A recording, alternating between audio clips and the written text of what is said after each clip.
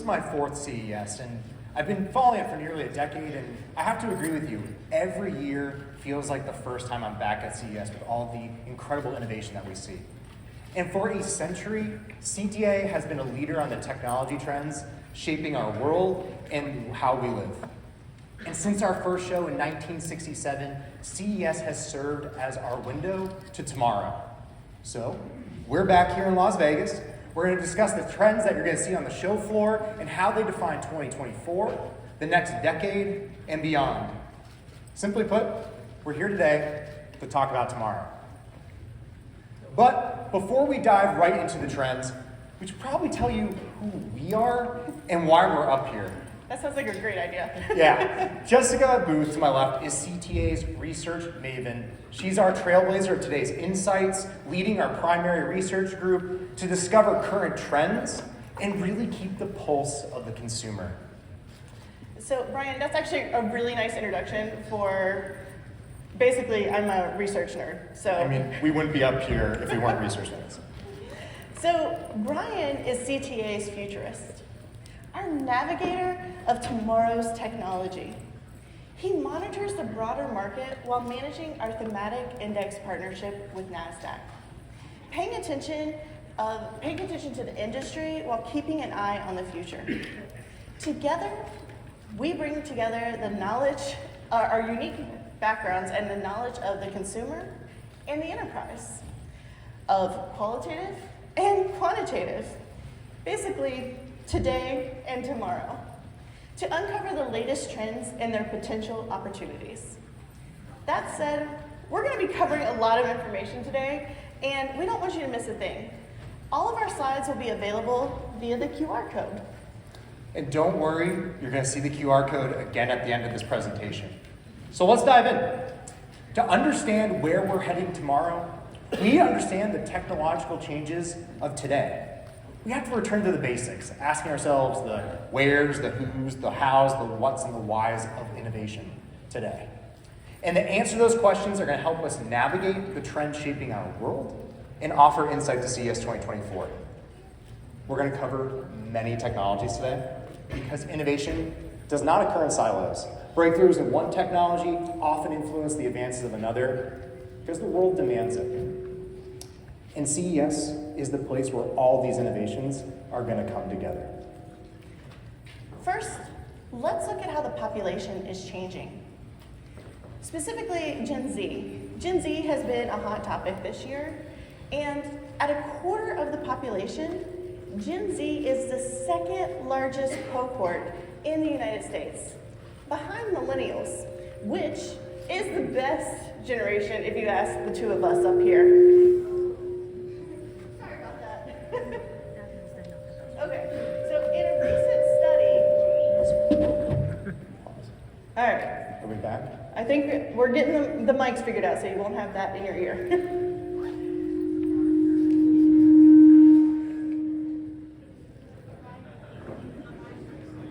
All right. I don't know if it's... Maybe it's I'm too close. Is that better? Yeah. Oh, nope. All right. I'm going to wait for you guys to give me a thumbs up if...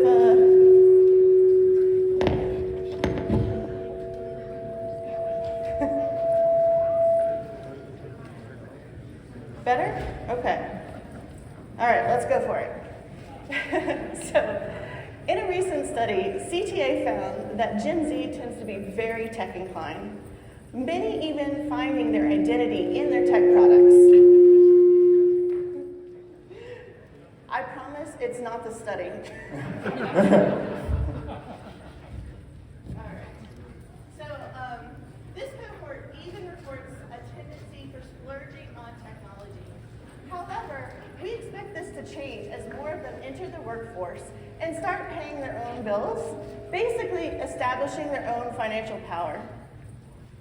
That said, our study was based in the US.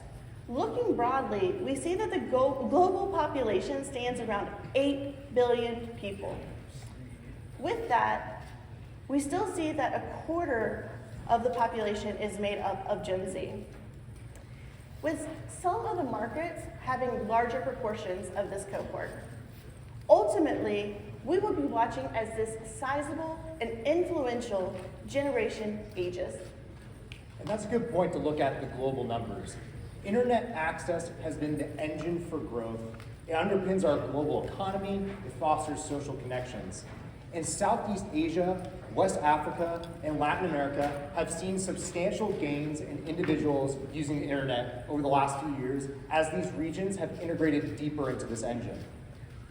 And pulling up some of the figures, as you can see up here, we have a lot of growth coming from those regions.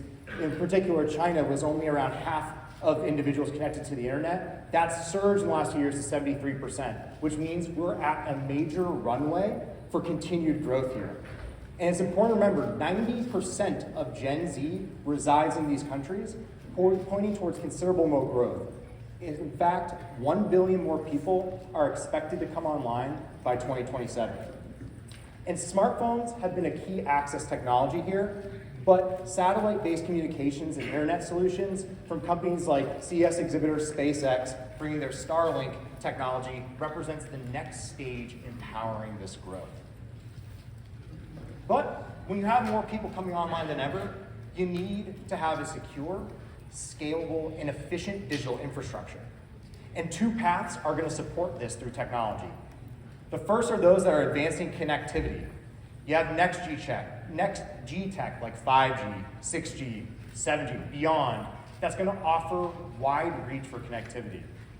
You'll have IoT and edge, which allow for the distribution of computing resources to boost up that efficiency. And then finally, CES 2024 will highlight some cutting edge tech that secures global connectivity. Tools like Li-Fi, which, if you look around us, this is moving from Wi-Fi to using light to transmit data instead. It makes it invulnerable to outside disruption. So you see firms like Photon-Fi, which are advancing this tech stateside. The second path is what CTA and NASDAQ, our thematic stock index partner, has for more than a decade, is what we would call the digital utilities. And there are three technologies to remember that make this up. There's AI and robotics, there's cloud computing, and cybersecurity. We've seen for the last 15 years how digital transformation has really forced these technologies to move from optional upgrades into technological necessities to power a secure, scalable, and efficient digital infrastructure. But as we talk about technology today, we should remember that technology's advancement is the result of a balancing act between pairs of macroeconomic forces, between the consumer and the enterprise. And it's intentional here to talk about both at CES because you won't just see consumer innovations at the show. About 30 to 40% of exhibitors indicate that they'll be showcasing enterprise tech advancements at the show. 40%? 40%. It really isn't just the Consumer Electronics Show, it is CES. It's where all innovation, enterprise, and industry come together. So you're going to see that consumers, when we talk about these forces, seek the best value, while enterprises strive for growth. You'll have consumers drive demand for tech, while enterprises use tech to scale productivity to meet this demand. And finally, consumers often use tech to address necessities in their lives, while enterprises use innovation to expand the impact of their business. Ultimately, tech has to balance these forces, and the technologies that can balance them the best are those that rapidly advance and push greater societal transformation. So when we walk through our trends today, you're going to see this balancing act in action, and how many, if not all, are serving a greater good while still fostering this enterprise growth.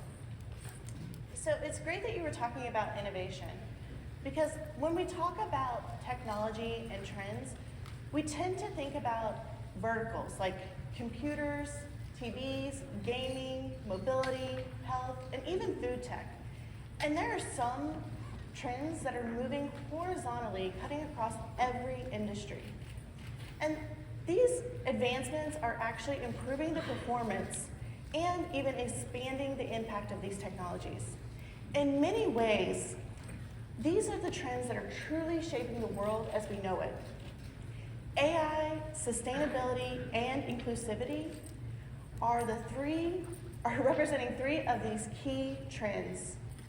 Each have been rapidly advancing over the last year and really helping ensure the world and the technologies listed here, as well as many, many more, operate in a way that is more intelligent, greener, and inclusive for all. Now, let's pivot into tomorrow and do a little bit of a deeper dive into the individual technologies that are going to be shaping the future. I think that's a great idea, Jessica. And it's no coincidence that we started with artificial intelligence, because tomorrow is going to be more intelligent than ever. While generative AI, including tools like ChatGPT, have rightfully been the subject of intense excitement, think about it. It gave some tangibility, especially to consumers. You put in a query, and it gives you a novel answer and response. That's incredible. The AI ecosystem, though, is much larger. It expands from chips all the way to robots. And you're going to see chip makers and AI hardware companies like Intel and Qualcomm, who will be keynoting this week. They really make the brains for AI that powers a lot of innovation. In fact, Microsoft has actually announced their first change to their keyboard in over 30 years. Really? What is that change?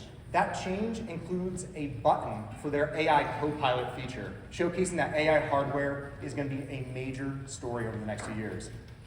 But when you add in data infrastructure tools with AI hardware, you get essentially a horizontal wave of tech innovation that cuts across every industry. And that wave is going to appear in 3 pathways. The first is through platforms that enable machine learning. You're going to see leaders like Alibaba and MoBagel that use these platforms to power e-commerce, software development, and more. You'll see enhanced digital twins that simulate physical environments for limitless research and development at a fraction of the cost. And of course, what would CES be without some of those cutting-edge robots that improve our world from either our countertops all the way to fulfillment and logistics centers? So I'm glad you brought up AI on the countertop, because that really brings me to talk about the consumer. And we're going to start seeing more of the AI in the home, and CTA has been researching consumer awareness and perceptions of AI for over 5 years. In our most recent study, we found that close to 9 in 10 US adults were familiar with AI.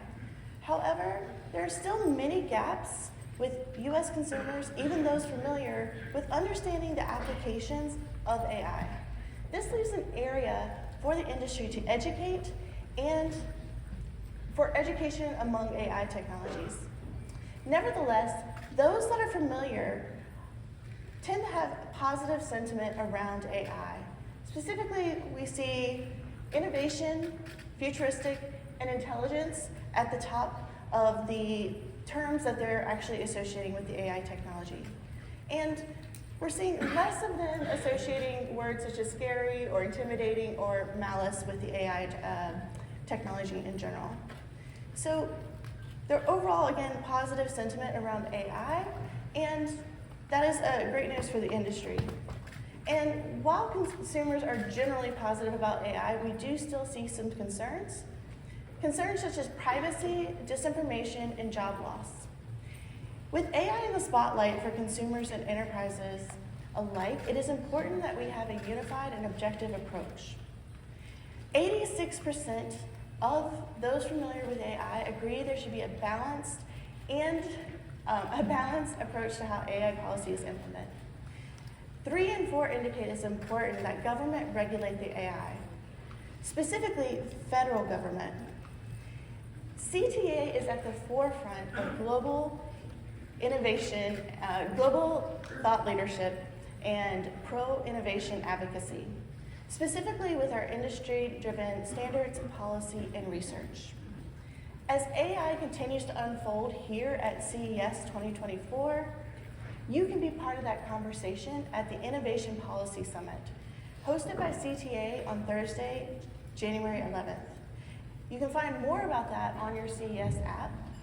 But beyond the summit, you will see the AI ecosystem and the innovation in action right on the show floor this week. Right, Brian? You're exactly right. And really make sure you download the CES app, because you're really going to be able to see some of these exhibitors that we're going to walk through now, as well as many others on the show floor. Because with AI, it's honestly going to be everywhere. There will be a dedicated section in North Hall for AI and robotics, but you'll see it in the digital health sections, You'll see it with autonomous vehicles in West Hall. You'll even see it in the Eureka Park Start Pavilions and discussions on the stages of C-Space at the ARIA. So we're really going to see a variety of innovation in this space. And if we move on into the exhibitors themselves, you're going to see exhibitors that really manifest the three platforms that we talked about in AI. The first being platforms. And this is Malm.ai's AI Human M3. This is a chatbot that is versatile and offers real humanistic interface that can be used in kiosks, devices, and cars. You'll also see the metaverse in display, where Siemens is going to bring, they're actually going to be keynoting tomorrow night. They're going to be bringing their industrial metaverse, which is an AI-driven digital twin technology that they developed in partner with NVIDIA. And this will support future factories. But you said they're keynoting tomorrow? They're keynoting tomorrow, so make sure to have that CES app to keep track of that. And finally, for robotics, WI Robotics is bringing their WIM exoskeleton. When we think about robotics, we think of the form factors, right, of something that's, kind of a boxier-like machine that maybe is moving across a fulfillment center. But they can also be lightweight and dynamic and wearable, and this is an exoskeleton that can do that for a variety of applications. Jessica also mentioned that tomorrow is going to be greener. And sustainability is the embodiment of really how innovation often emerges in two ways, and they rhyme. So if you remember anything, please remember that they rhyme. The first is they are revolutionary. Innovation is revolutionary means it's a moonshot breakthrough that rapidly transforms a field. So think about this. This past year, right, we saw nuclear fusion ignition achieved multiple times. That's revolutionary. The other, and here's the rhyme, is evolutionary. And this is marked by those iteration cycles that incrementally improve our lives. Think about all the breakthroughs and advancements we've seen in electric vehicles, renewable power sources, and as well as consumer electronic recycling. This has really pushed forward to that greener tomorrow. So when we think about this, though, 2016 was the year that the Paris Climate Accords were written. 2030 is when most of the targets are supposed to be achieved. We are now at the halfway point as we enter 2024. And as a result, you're going to see investment going towards sustainable research and development across the globe to accelerate the efforts to meet these targets. So let's go with the United States, for example. You have $97 billion allocated from the bipartisan infrastructure law, as well as the Inflation Reduction Act, to achieve carbon-free electricity by 2035 and a net zero economy by 2050. So much of this advancement is going to go into what you see up here, which are materials, alternative materials like graphene. You're going to see sustainable infrastructure, as well as experimental power sources, really making up the bulk of the investment into R&D around sustainability. But consequently, sustainability is going to be a huge trend at CES 2024 on our show floor and beyond. And this starts with the materials themselves. So let's go, for example, with Exeger. They're going to be bringing their PowerFoil technology, which are fully customizable solar cells that you can integrate into any consumer electronics. So think headphones or even GPS-enabled dog trackers. That sounds really amazing. So you're telling me that I could put that on my dog, Tucker? Exactly. So if in case you ever got lost, you could find him, and not only would you feel good about your dog coming back, you'd feel good because you did it sustainably. And beyond that, you're also going to see alternative energy power sources. So at CES, we've seen green hydrogen breakthroughs, wind breakthroughs, but you'll also have solar breakthroughs with examples like Jackery and their solar Mars bot. This is a robot that moves across your campsite, around your home, with extendable solar panels, and it can serve as a means of powering a campsite or even as an emergency power backup source. And then finally, you're going to see some novel innovation in the sustainability sector, like the Air Farm from Midbar. This is an inflatable and portable smart farm that can grow food sustainably in deserts and drought-impacted areas. So now let's transition to inclusivity. When we think about inclusivity, we think about the big three: accessibility, diversity, and equality. To quote Google's Sundar Pichai, a diverse mix of voices leads to a better discussion, decision, and outcomes for everyone, end quote. Through diversity, our products and services are benefiting and experiencing more innovation. But companies are benefiting too. The consultant group BCG reports that companies with diverse management teams are seeing 19% higher revenue due to innovation. Further, looking at a specific population, secondary research estimates there are around 1.8 billion people with disabilities globally. While not only the right thing to do, companies that are leading in disability inclusion saw 1.6 times more revenue in general. So as we look to CES, you'll see inclusivity all around. From our partners, such as LGBT Tech, the Female Quotient, Black Girl Ventures, and CTA's Foundation. Plus our conference track, Innovation for All.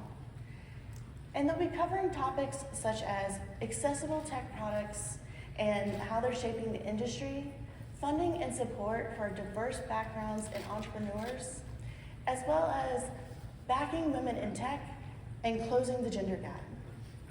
Finally, you're going to see the future of the inclusive design of products and services on the show floor themselves, with exhibitors such as Garmin's Venue.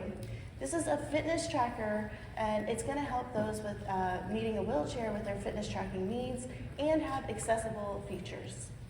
You're also going to see Yume, which is a security feature tool that helps with women's safety. So when they're walking home, they have a secure safety tool from A to B. And Brian, I also think that Ray-Ban, or the owners of Ray-Ban and Oakley are here, right? Yes, they are. That's EssilorLuxottica. That's great, because I hear they're going to be bringing some hearable glasses that are going to help those who have a vision impairment and hearing impairment have this really nice, stylish and chic design glasses. Beyond these examples, you can see CTA's Foundation at work with their promoting accessibility and inclusive design through tech innovation. And those are going to be, you can see those examples with our grant winners that are going to be found in Eureka Park this year. And a lot of that advancement will help with aging and senior folks as well as disabled individuals. And it's important that we're talking about inclusivity because it really pairs well with this next trend, which is we're seeing a convergence of health and wellness innovation. And I want you to remember 3 words when you think about digital health and wellness technology: personalized, accessible, and intelligent. Let's start with the first. Personalization, it moves patients from the silo of treating one condition to a systemic approach that addresses the full patient profile. So it's not just about treating sleep. There could be anxiety behind it. So you're pairing both and treating both because it's the full patient. Then there's accessibility, focused innovation in health and wellness, which really ensures that there's no gap bridges it bridges the gaps of care to ensure no one's left behind by a lot of these advancements. So let's take L'Oreal, for example. They're going to be the first beauty tech company to keynote at CES 2024 this year. And they really planted a strong flag in this space last year when they unveiled their HAPTA device. If you don't remember what that was, it's a device that helps individuals with limited mobility apply lipstick and makeup and really showcase that inclusive beauty tech design can make wellness accessible. Because I know for myself, I feel more confident if I can wear a little bit of foundation when I'm on stage. And so everyone should be able to get that confidence. And that's what that device can do. I'm very excited about that. I am too.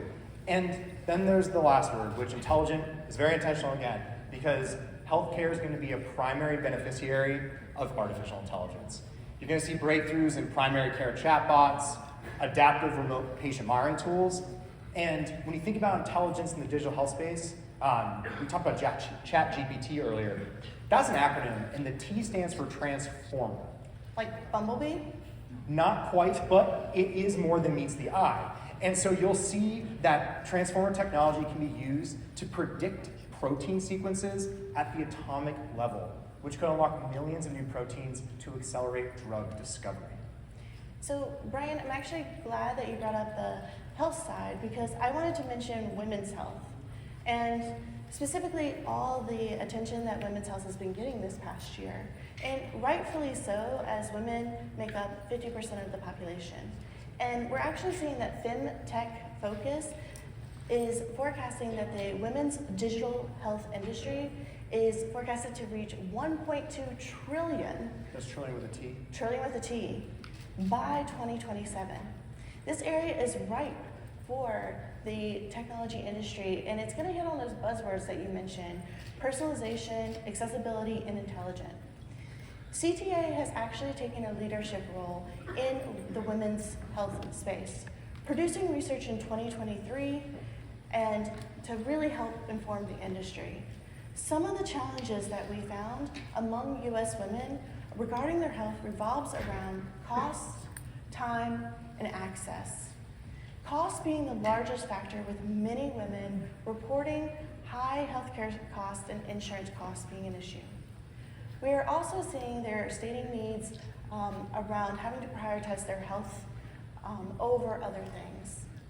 And additionally, time. There is a large emerging theme around women not having time for their healthcare needs, and I'm sure we've all been there where we're overly committed and we can't get into the doctor's office, or the office hours are too limiting to get away. I know I've been there myself even. I have as well, and it's just really hard to get into those office hours. So digital health solutions, while these challenges are not new, digital health offers a solution and hope. Women have hope that the digital health will provide a future for their healthcare. It will help lower costs and help reduce the healthcare disparity. We will see some of these solutions on the show floor this week, right, Brian? That's correct. And you're going to see a wide range of digital health innovation on the show floor. In fact, we're actually going to see some solutions that directly address women's health, like the Terra Sleep from Amira Health. So this actually touches on all three of those buzzwords that I was mentioning. You have a wearable AI bracelet, so it's built for a form factor that can be fitted on a feminine wrist. And what it does with an AI on board is it helps track an individual's hot flashes from menopause, so it can trigger a connected cooling pad in your bed to really reduce a lot of that discomfort of sleep through the night. So you're breaking down the silos of menopausal and sleep health by combining them into a single device. But of course, there's going to be more innovation here on the show floor. You're going to see Abbott bringing their neuromodulation therapy, which is an implantable device for pain relief. And you can actually learn more about this technology as well as all the other ones that Abbott will be bringing during their Media Day press conference. That's going to happen tomorrow at noon in Mandalay Bay's Surf Ballroom on floor 2, Ballroom A. And then finally, you'll have Periscope from healthplus.ai in Eureka Park's Netherlands Pavilion. This can use AI to examine electronic healthcare records to reduce the risk of surgery or of infection after surgery. That sounds really exciting. That sounds like it could save some lives, and that's incredible. But that's digital health. Let's roll into the next category, which you'll see in the West Hall and Central Plaza. I was going to say, I see what you did there. I like to make puns. You'll hear more, I'm sure. And we're going to see that the future of mobility is electric and self-driving. BMW and Mercedes are going to showcase some of the development in their EV portfolios and how that's accelerating. You'll see innovators like Valeo and Luminar showcasing advancement in self-driving. But this extends beyond the car. You have advancements in e-bikes, electric motorcycles, boats, even electrified construction vehicles and flying cars at CES. So from the consumer to the enterprise, CES features everything that goes into the car, as well as outside the car. So we often say that CES is one of the largest auto shows. It's not just that. We're the largest mobility show in the world. So focusing on electric vehicle, CTA conducted research in 2023 among EV owners and those that were likely to be purchasing an EV. Specifically, we looked at the emotional values of those purchasing an EV. We found that consumers are really looking at having a peace of mind when they're purchasing an electric vehicle. And what this means is they're really kind of looking to overcome that battery and driving range anxiety and have that peace of mind when they're purchasing. So a consumer can really be thinking about that driving need of their daily commute. Consumers are also thinking about the safety features. There's a lot of safety features in these new electric vehicles, and that really makes them feel good. It makes them feel good because they're thinking about how they're going to be protecting their family and really protecting those around them. Next is environmental stewardship. Knowing that a consumer won't have to buy gas anymore makes them feel like a good citizen. It makes them feel environmentally responsible. And finally, cost. Thinking about a car as a major investment, a consumer wants to know that the cost will pay out for them in the longevity of the car, as well as not having to maybe make as many maintenance on the car, as well as, again, the gas. And that makes them feel in control of their finances and makes them feel smart. So really that financial responsibility. So these values will help as we talk to consumers as they purchase their first, second, or even third electric vehicle. Pushing further, we wanted to ask consumers about the future of electric vehicles. And when asking about future enhancements, owners and intenders came up with a list that can be refined as bigger, better, and faster, but not in the traditional sense of these terms. What they are seeking is a bigger network of chargers. So greater access to charging stations and more compatibility among chargers and ports. And this request will address the battery and the driving range that they have. Next, consumers are asking for better. And again, this goes back to those driving assistant technologies in the car and those safety features and in-car services like the infotainment system. Ultimately thinking of their next EV as a smartphone on wheels. And finally, faster. But again, not in the traditional sense of speed, but that they can charge up their car as fast as a traditional gas engine, or that they could do wireless charging.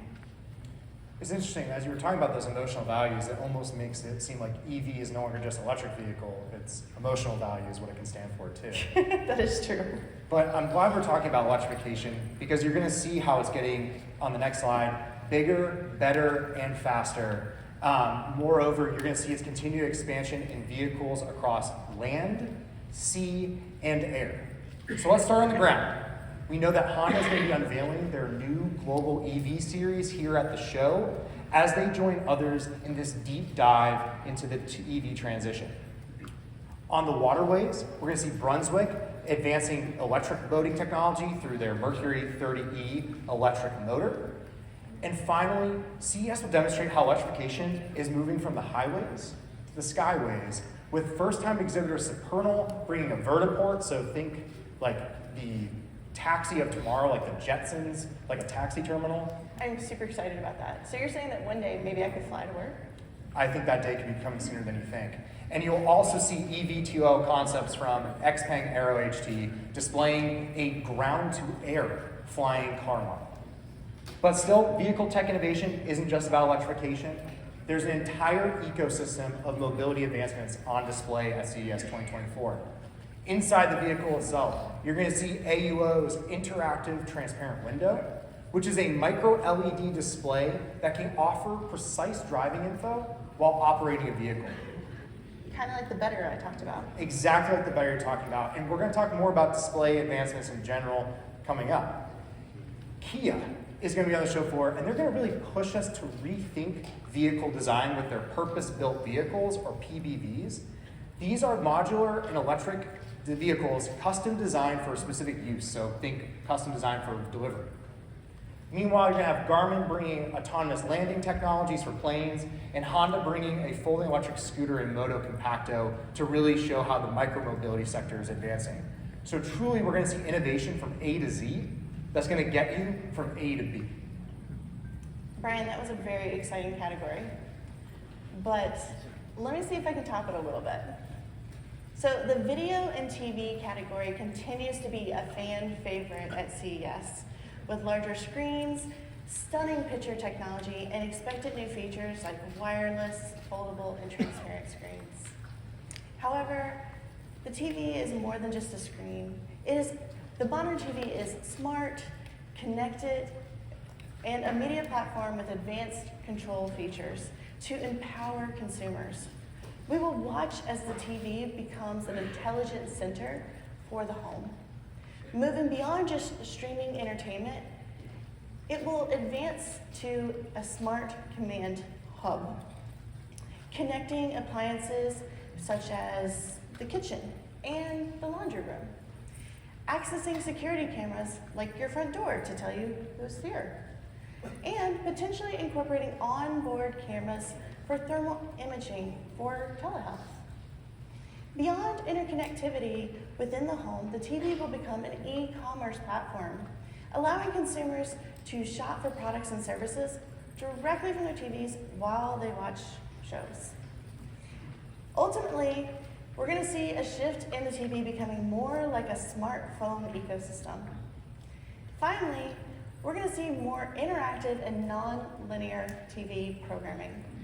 And this is going to be growing in popularity as it breaks out from the tsunami of content that consumers have access to today.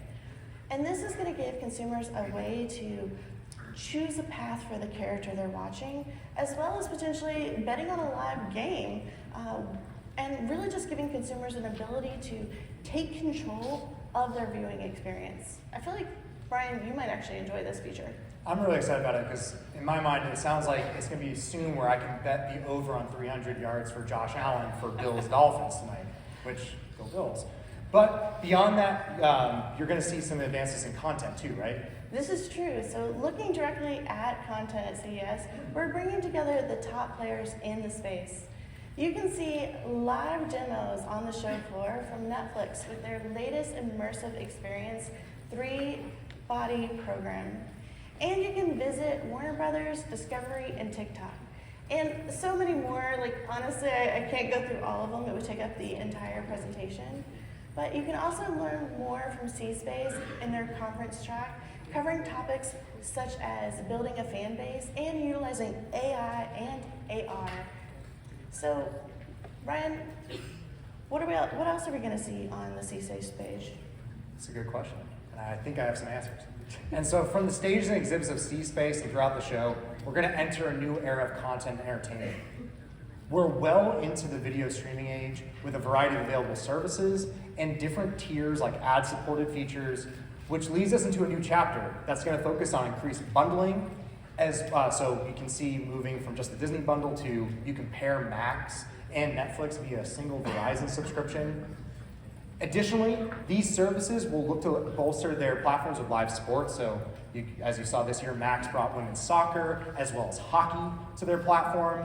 And with a growing recognition of more diverse audiences and a preference from younger viewers for subtitles, you're going to see a push for, and this goes back to this inclusive design trend, multilingual and international libraries. Like, let's look at the success of Squid Game on Netflix and how you can see in the States just a rise of Korean content on the platform. Meanwhile, in audio, new entrants like TikTok are expanding the available services for streaming, so beyond just Spotify, Apple, and others. In turn, this is going to drive audio platforms to really focus on how they can increase revenue. So if Jessica and I are subscribed at the same subscriber level, despite our different preferences in music, we generate the same revenue. So as a result, you're going to see efforts like monetizing superfans. So think, how do you platform exclusive content to get Swifties, like me, like you, BTS Army, and more to really pay more for a little bit more of that exclusive content. But audio is not just music, and you're going to see with a rising growth in older podcast listeners, a push in content to really capture these ears. And of course, gaming. You're going to see how its IP continues to be a major driver in the overall entertainment sector. The Super Mario Brothers movie earned over $1 billion at the box office, so it's not a surprise when I say that there are 40 TV series and movies in development based on gaming properties. Still, it's not just about the IP. On the development side, you're going to see AI and how it will impact game design, as well as I know for myself, I'm part of that millennial cohort we were talking about. I grew up with gaming, so there's nostalgia that comes with certain titles, and there'll be a push to remake some of these retro classics and bring them into the modern graphics landscape. We're spending a lot of time today talking about content-related services because based on our latest forecast that was just released, you can see that consumers are increasing not just spending their time, but their money on software and services like Hulu and Spotify. In fact, we're now up to almost a third of their purchases going there from just a quarter a few years ago. And so when we think about what's driving that purchasing, it's the three areas we were just talking about. It's gaming, it's video, it's audio. I'm stepping to the side so you guys can take photos because even though you get the slides, I know you want this data because it's from newly released, so this is hot off the press. But 68% of purchasing on software and services comes from these three. And gaming is going to be driving the revenue for software and services in 2024. And really, this is a really good example of how innovations in software and hardware are really starting to come together. And you'll see that on the show floor. And gaming is a prime example of this. Software and hardware really come together to create that unique user experience. That's right, Brian. I'm actually glad you're leading me in for gaming because we saw that Newzoo estimates there are over 3 billion gamers worldwide. And our research tells us that the largest proportion of gamers are mobile players, like myself, followed by console and PC. As we look to the future of gaming, we will see more hybrid, mixed mode gameplay across these different platforms. For many, gaming is social. And CTA's research shows us that nearly half of all gamers note that compatibility with their friends' systems is an important element of their gaming console choice. With the ability to have portability also popping up as another really important element among gamers. As we look to the advancement of hybrid gaming, we know that consumers' desires will be met as they continue to evolve with the next console. So we're very excited about that. Another trend in gaming that we'll continue to watch is immersive features. As the metaverse and XR technology advances, key hardware solutions such as haptic vests, gloves, and controllers like Ultraleap and their XR gaming control will give gamers the ability to really feel the metaverse, so experience their games in a different way. And we'll see the biggest players in gaming at CES this year from hardware, software, accessories, and developers. And you can hear from the studios behind the biggest blockbuster games from 2023, like CD Projekt and Ubisoft, and many more this week, covering conference topics such as how the business gaming model is evolving and how gaming is becoming more accessible and how AI is actually being used in gaming design. And Brian, if I'm not mistaken, I think you're actually doing one of those sessions, right? I am at 10 a.m. on Wednesday morning. We can talk about how gaming is really global, because if you look at the brands up here, they range from East Asia to Central Europe all the way back to the Americas. But let's shift gears a little bit and go back a little bit to that macro. We've talked a lot about consumer and enterprise development, but it's important to remember that tech innovation does not occur in a vacuum. We face a lot of complex challenges today, like climate change, armed conflict, aging infrastructure, and food insecurity. And CES 2024 will feature technologies that are empowering human securities or human rights to ensure a better tomorrow. Further, CES is once again partnering with the United Nations and the World Academy of Art and Science for the Human Security for All campaign. In fact, CTA announced at the UN in September that technology would become the 8th human security pillar. So look out for those experiential activations highlighting the CTA and the UN partnership across the LVCC and the Venetian. And still though, technology innovation will continue to support human securities like environmental protection through some of the sustainable breakthroughs we talked about. Meanwhile, innovation in agri-food tech, smart communities, and fintech will help bolster financial security, community security, and food security.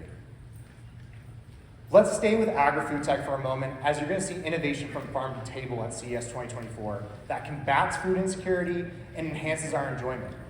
You'll see ag tech playing a vital role for ensuring food production in climate-afflicted environments or amid labor shortages.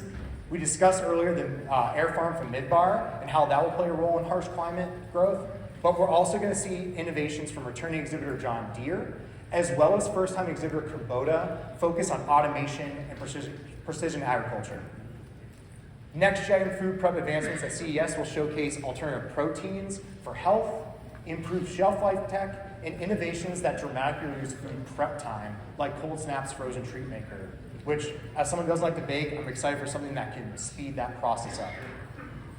And of course, the retail and service sector will continue its evolution via robotic servers and autonomous delivery.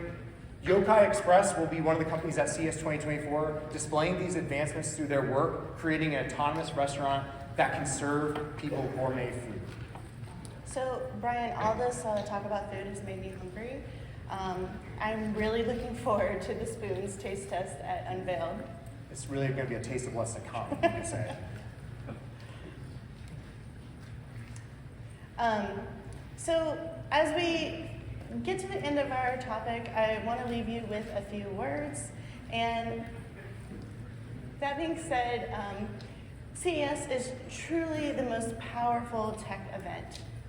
It spans across consumers and the enterprise landscape. It is the largest platform bringing together the greatest minds, brands, and the most impactful innovation.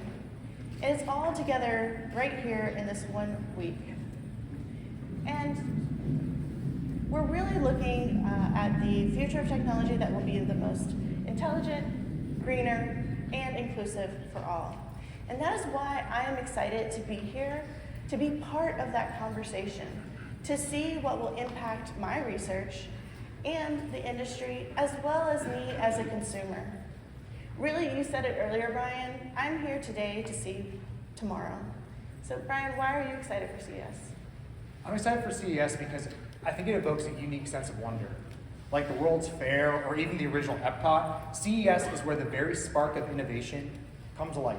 You're going to see that innovation from the startup pavilions at Eureka Park to the grand exhibits of the convention center and even at C-Space. But I think what Jessica and I really want to leave you all here today with is the same question. Why are you excited for CES? We're really looking forward to hearing the answer to that question throughout this week. Make sure to use the hashtag CES2024 on social platforms as we look forward to sharing in the excitement of CES together. And that's going to start right now with CES Unveiled. Thank you all so much. Thank you. And